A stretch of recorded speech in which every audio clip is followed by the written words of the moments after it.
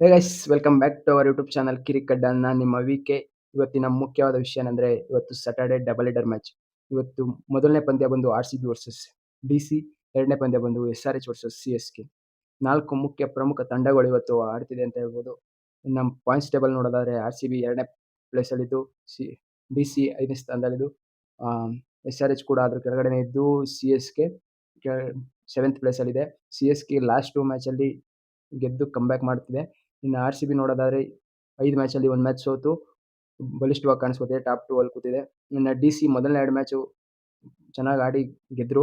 ರಿಜ್ವಿ ಅವರು ಚೆನ್ನಾಗಿ ಇಂಪ್ಯಾಕ್ಟ್ ಮಾಡಿ ಗೆಲ್ಸಿದ್ರು ಅಂತ ಹೇಳ್ಬೋದು. ಇನ್ನು ಲಾಸ್ಟ್ 2 ಮ್ಯಾಚ್ ಅವರು ಕೂಡ ಸೋತು ಸ್ವಲ್ಪ ಒತ್ತಡದಲ್ಲಿದೆ ಡಿ-ಸಿ ತಂಡ. ಇನ್ನು ಎಸ್-ಆರ್-ಎಚ್ ನೋಡಿದ್ರೆ ಅವ್ರ ಬೌಲಿಂಗ್ ಏನೂ ಇರಲಿಲ್ಲ ಸೀಸನ್ ಸ್ಟಾರ್ಟಿಂಗಲ್ಲಿ. ಹಳೆ ಬೌಲರ್ಸ್‌ನೇ ನಂಬ್ಕೊಂಡು ಕೂತಿದ್ರು. ಆದರೆ ಈಗ ಬೌಲರ್ಸ್ ಒಳ್ಳೆ ಬೌಲರ್ಸ್ ಸಿಕ್ಕಿದ್ದಾರೆ.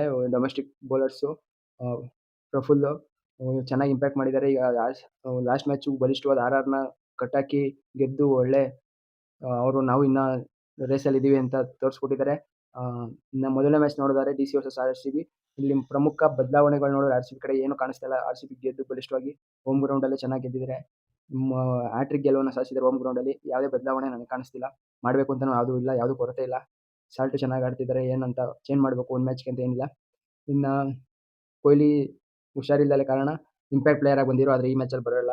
ಚೆನ್ನಾಗಿ ಹುಷಾರಾಗಿದ್ದಾರೆ, ಮೈನ್ ಪ್ಲೇಯರ್ ಆಗಿ ಆಡ್ತಾರೆ ಅಂತ ಇದು.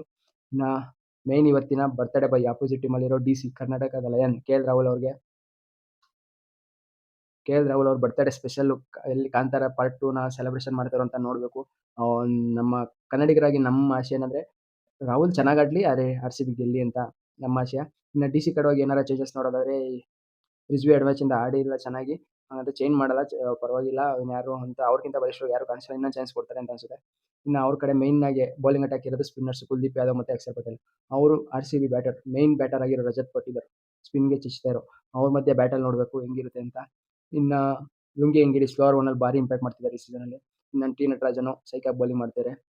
ಅವ್ರಿಗೆ ಈ ಮ್ಯಾಚಲ್ಲಿ ಮೈನ್ ಮುಖ್ಯವಾಗಿ ಮುಖಾಮುಖಿ ನೋಡಿದ್ರೆ R-C-B batters versus D-C bowlers.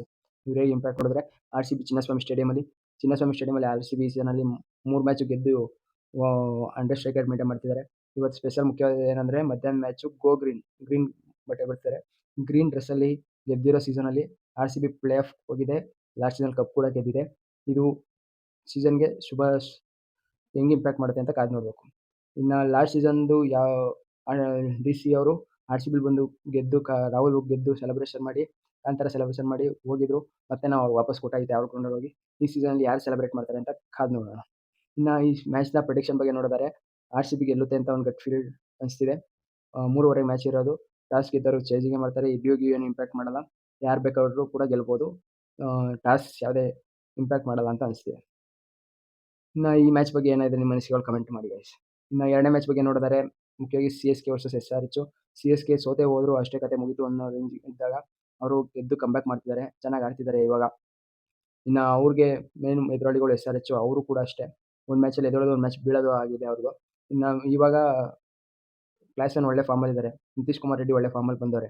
ಇನ್ನು ಅಭಿಷೇಕ್ ಶರ್ಮಾ ಎಡ್ಡೆ ತಲೆನೋವಾಗಿತ್ತು, ಅವರು ಕೂಡ ಈಗ ಇಂಪ್ಯಾಕ್ಟ್ ಮಾಡ್ತಿದ್ದಾರೆ ಚೆನ್ನಾಗಿ. ಇನ್ನು ಬೌಲಿಂಗಲ್ಲಿ ನೋಡಿದ್ರೆ ಫುಲ್ ಸಖತ್ತಾಗಿ ಇಂಪ್ಯಾಕ್ಟ್ ಮಾಡೋರೆ. ಇನ್ನು ಅವ್ರಿಗೆ ಫುಲ್ ಸಪೋರ್ಟ್ ಕೊಟ್ಟು ಈ ಮ್ಯಾಚಲ್ಲಿ ಸಿ-ಎಸ್-ಕೆ ಒಳ್ಳೆ ಟಕ್ಕರ್ ಕೊಡ್ತಾರೆ ಅಂತ ಅನಿಸ್ತಿದೆ. ಇನ್ನು ಸಿ-ಎಸ್-ಕೆಯಲ್ಲಿ ಮೇಯ್ನ್ ಆಗಿ ಇರೋ ಪ್ರಾಬ್ಲಮ್ಗಳು ನೋಡಿದ್ರೆ ಖಲೀಲ್ ಅಹ್ಮದ್ ಈ ಸೀಸನ್ಗೆ ಫುಲ್ ರೂಲ್ಡ್ ಔಟ್ ಆಗಿದ್ದಾರೆ ಬೌಲಿಂಗಲ್ಲಿ ಇಂಜುರಿ ಆಗಿ. ಇನ್ನು ಮುಖ್ಯವಾದ ಬೌಲರ್ಗಳು ಕೊರತೆ ಕಾಣಿಸ್ತಿದೆ ಅವ್ರಿಗೆ. ಅವ್ರ ಪರವಾಗಿ ಮೇನ್ ಬೌಲರ್ ಯಾರು ಅವರು ತಗೊಂಡಿಲ್ಲ. ಇನ್ನು ಧೋನಿ ಕೂಡ ಇನ್ನು ರೆಡಿಯಾಗಿಲ್ಲ. 24ನೇ ತಾರೀಕು ಮೇಲೆ ಆಡೋದು ಅಂತ ಹೇಳಿದ್ದಾರೆ. ಇನ್ನು ಸಂಜು ಸ್ಯಾಮ್ಸನ್ ಫಾರ್ಮಲ್ಲಿದ್ದಾರೆ, ಅವ್ರಿಗೊಂದು ಖುಷಿ ಸುದ್ದಿ. ಆದರೆ ಅವ್ರ ಕ್ಯಾಪ್ಟನ್ ಆಗಿರೋ ಋತುರಾಜ್ ಗಾಯಕ್ವಾಡ್ ಫಾರ್ಮಿಗೆ ಬಂದಿಲ್ಲ. ಫಾರ್ಮಿಗೆ ಬರಬೇಕು ಮೇಯ್ನ್ ಆಗಿ. ಇನ್ನು ಮಿಡಲ್ ಆರ್ಡರಲ್ಲಿ ದುಬೆ ಕಂಟ್ರೋಲ್ ಮಾಡ್ತಿದ್ದಾರೆ, ಪರವಾಗಿಲ್ಲ. ಇನ್ನು ಸ್ಪಿನ್ ಬೌಲಿಂಗಲ್ಲಿ ನೋಡಿದ್ರೆ ನೂರ್ ಅಹ್ಮದ್ ಈಗ ಕಮ್‌ಬ್ಯಾಕ್ ಮಾಡೋ ಸೂಚನೆ ಕಾಣಿಸ್ತಾ ಇದೆ, ಪರವಾಗಿಲ್ಲ. ಅವ್ರು ನೂರ್ ಅಹ್ಮದೇ ಮೇಯ್ನ್. ಆದರೆ ಎಸ್-ಆರ್-ಎಚ್ ಆಡ್ತಿರೋದು ಎಸ್-ಆರ್-ಎಚ್ ಹೋಮ್ ಗ್ರೌಂಡಲ್ಲಿ. ಇದು ಸಿ-ಎಸ್-ಕೆ ಗ್ರೌಂಡ್ ಅಲ್ಲ. ಅಲ್ಲಿ ಬ್ಯಾಟಿಂಗ್ ಪಿಚ್ಚೇ ಇರೋದು.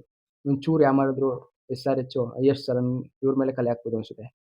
ಇನ್ನು ಅಂದರೆ ಎಸ್-ಆರ್-ಎಚ್ ಫಸ್ಟ್ ಬ್ಯಾಟಿಂಗೇ ಆಡೋದು. ಅವ್ರು ಬ್ಯಾಟಿಂಗ್ ಆಡಿ ಇಂಪ್ಯಾಕ್ಟ್ ಮಾಡಾದ್ಮೇಲೆ ಬ್ಯಾಟಿಂಗ್ ಆಡಿ ಸ್ಕೋರ್ ಬೋರ್ಡ್ ಸ್ಟ್ರಾಂಗ್ ಮಾಡಿ ಸಿ-ಎಸ್-ಕೆಗೆ ಒತ್ತಡ ಏರ್ತಾರೆ ಅಂತ ಅನ್ನಿಸ್ತಿದೆ ನನಗೆ.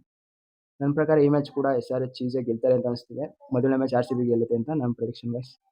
ನಿಮ್ಮ ಅನಿಸಿಕೆ ಏನಿದೆ ಕಮೆಂಟ್ ಮಾಡಿ. ಯಾರು ಗೆಲ್ತಾರೆ, ಯಾರು ಸೋಲ್ತಾರೆ ಅಂತ. ಇದಾಗಿತ್ತು ಗೈಸ್ ಇವತ್ತಿನ ಪ್ರಿವ್ಯೂ. ಮತ್ತೆ ಸಿಗೋಣ. ನಮಸ್ಕಾರ.